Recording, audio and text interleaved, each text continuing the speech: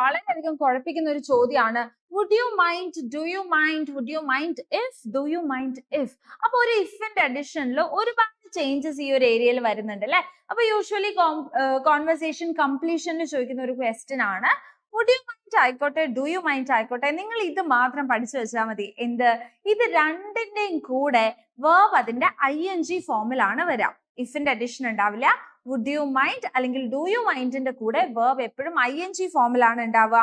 Would you mind helping me, would you mind going out, do you mind helping me, do you mind going out. Okay, അപ്പൊ ഇതുവരെ story വളരെ straight ആണ്.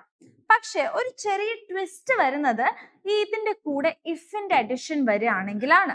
ഇപ്പൊ would you mind helping മീക്ക് പകരം would you mind if ആണ് വരുന്നതെങ്കിൽ നിങ്ങളുടെ വേർബ് എപ്പോഴും അതിന്റെ പാസ്റ്റ് ടെൻസിലേക്ക് പോകും. ഓക്കെ, വേർബ് അതിന്റെ പാസ്റ്റ് ടെൻസിലേക്ക് പോകും.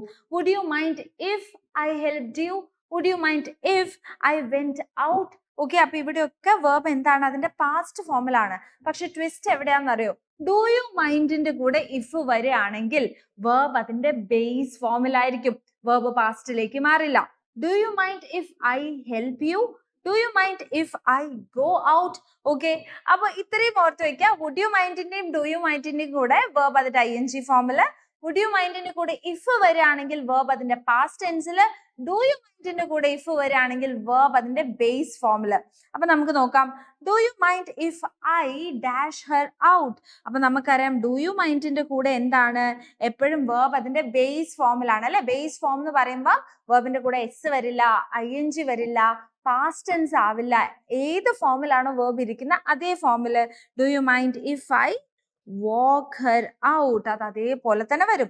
Do you mind me dash out. അപ്പൊ നിങ്ങൾ നോക്കുക, അവിടെ ഡു യു മൈൻഡ് ഉണ്ട്, പക്ഷെ അവിടെ ഇഫ് ഉണ്ടോ? ഇഫ് ഇല്ല അല്ലെ. അപ്പൊ ഡു യു മൈൻഡ് മീ എന്താ വരിക? Going out. ഓക്കെ, ഇഫ് ഇല്ലെങ്കിൽ അത് അതിന്റെ ING ഫോമിലാണ് പോവാ. Would you mind if I dash the apple. അപ്പൊ എന്താ ചോദിച്ചിട്ടുള്ള? വുഡ് യു മൈൻഡ് ഉണ്ട്, അതിന്റെ കൂടെ ഇഫ് ഉണ്ട്. അപ്പൊ വുഡ് യു മൈൻഡിന്റെ കൂടെ ഇഫ് വന്നാൽ അത് എന്തായിരിക്കും? വേർബ് അതിന്റെ പാസ്റ്റ് ഫോമിലേക്ക് പോകും. Would you mind if I ate the apple എന്ന് വരും. അപ്പൊ നെക്സ്റ്റ് ക്വസ്റ്റ്യൻ ആണ്, would you mind me dash the apple. ഇതിന്റെ ആൻസർ നിങ്ങൾ താഴെ കമന്റ് ചെയ്യുക. വീഡിയോ മാക്സിമം ഫ്രണ്ട്സിന് ഷെയർ ചെയ്യുക. ഇനി കോൺവെർസേഷൻ കംപ്ലീഷനിൽ നിങ്ങൾക്ക് ഈ മാർക്ക് പോകരുത്.